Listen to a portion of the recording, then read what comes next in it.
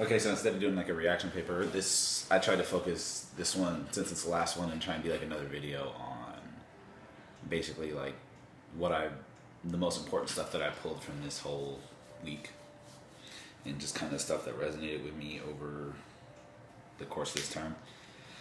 So I'm gonna start with the um, TED Talk with the Black Lives Matter women, the founders of it. I'm gonna start with Patrice Cullors' quote. She says, "I remember my home being raided, and one of my questions as a child was why? Why us? Black Lives Matter. Black Lives Matter offer answers to the questions why." I thought this was just a big point. I said one in my earlier videos that I thought it was awesome that it's three women at the head of this powerful movement and how much ground it's gained. I thought that was super important. And then just to go on to this quote, I think that's the biggest question that African Americans struggle with, especially nowadays, is like, why are we discriminated? Like, what's the difference between me and a white person, or me and a Hispanic, or a, or an Asian person? And so I think that's the biggest thing, is like, why us? And I feel like that's really the question that's driving this movement currently, with the riots and protesting that's going on right now, and just the riots and protesting and the struggle that's been going on for years on end. We'll go on to another quote. Oh, by the way, that was a minute. It was like 50 seconds to 59 seconds on the TED Talk if you want to listen to it. This one comes in a minute and 30 seconds, all the way to about a minute and 36 seconds. It's by Opal Tometi, another one of the other three founders. And what we need now more than ever is human rights movement that challenges systematic racism in every single context. Again, these two quotes that I chose are more relevant, especially till now, and because they're basically saying that now's the time where we really need not just a black movement, but like of all races realizing what's actually going on at stake. And I think that's actually what's happening in the world today. As you can see, the world's kind of pulling together for this movement and the George Floyd incident, and not just the George Floyd incident, but all these other incidents that continually happen. So I think this was a big time quote, just because it's saying that all the systematic racism that's going needs to go, and it needs to go now, and it needs to be challenged, and not just by the African American community, but by every community, because wrong is wrong no matter where you are. Finally, after this TED Talk, I did Alicia Garza, my fault, that the last founder of this, and she says, "It's really easy to be a leader when everyone likes you, but it's hard to be a leader when you have to make hard choices, and when you have to do what's right, even when the people aren't going to like you for it." That comes in 10 minutes and 10 minutes and 26 seconds. I just feel like this is a big time thing, because I'm going to go on later about leadership in America and the African American role in leadership, but I just thought this was a big quote, because it hits the topic of not just the movement, but just life. Like, obviously it's easy to do something when everybody's going to like you for it, but when you have to stand up and do the right thing, knowing that nobody's going to like you for it, that's when true character is shown. And I just felt like throughout this time, especially, it's easy to kind of like ride the wave and all this other, kind of ride what's going on, or just it's easy to stay silent. But obviously you have to make our voices heard, and I feel like that's kind of like one of the biggest things, is that not everybody is built to be a leader, and that's where leaders are needed the most. And I feel like that's the true measure of a leader, is being able to do what's right even when nobody else is willing to do it. So I thought she hit that quote pretty well, and then that's obviously, that quote alone is why they are so successful with this movement. Okay, so I'm going to go on to When They Call You a Terrorist. I'm just going to use a quote from there. Months before we had been evicted from the condo my mother had rented, she'd moved us into a new neighborhood in order to give us a better life, and out of nowhere the owners wanted it back so they could sell it, which meant we just had to get the fuck out.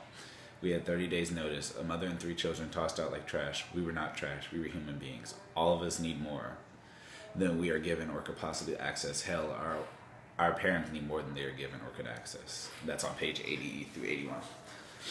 I'm going to focus on the last part of the quote, because the beginning is just like the setup for the end. So basically they got kicked out their own apartment. Obviously happened a lot back then, and it still happens now. and I wanted to kind of talk about the last. All of us need more than we are given or could possibly access. So she's basically saying that they didn't have a fair shot because they're African American, and they couldn't access the same things that the white Americans could access, and the same they didn't have the same opportunities that white people had. And Colors in this book that she was talking about, she also explains that she was able to see the difference between white and black people at an early age that was warped, and what she saw was that her mom worked for a white person and the white people worked in the grocery stores, and then she kind of saw black people do the more vigorous jobs. And I feel like this quote right here kind of embodies what's been going on the past centuries and 450 years of this. And it's kind of African Americans haven't been granted the same opportunities as white America, basically. And I really wanted to address that because, like I said, I want to keep everything kind of relevant to what's going on, especially now in the world, since we don't get to talk about it as a class. And I feel like that's the biggest thing, where equal opportunity isn't really a thing, and it's not really a factor as of right now. And it's sad because it's been that way for a very long time.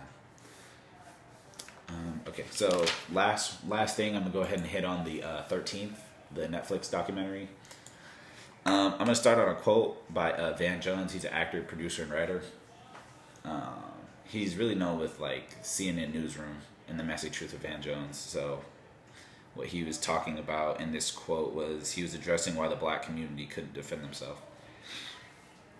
His quote comes in about, like, he talks throughout the video, but the quote I pulled from was about an hour in.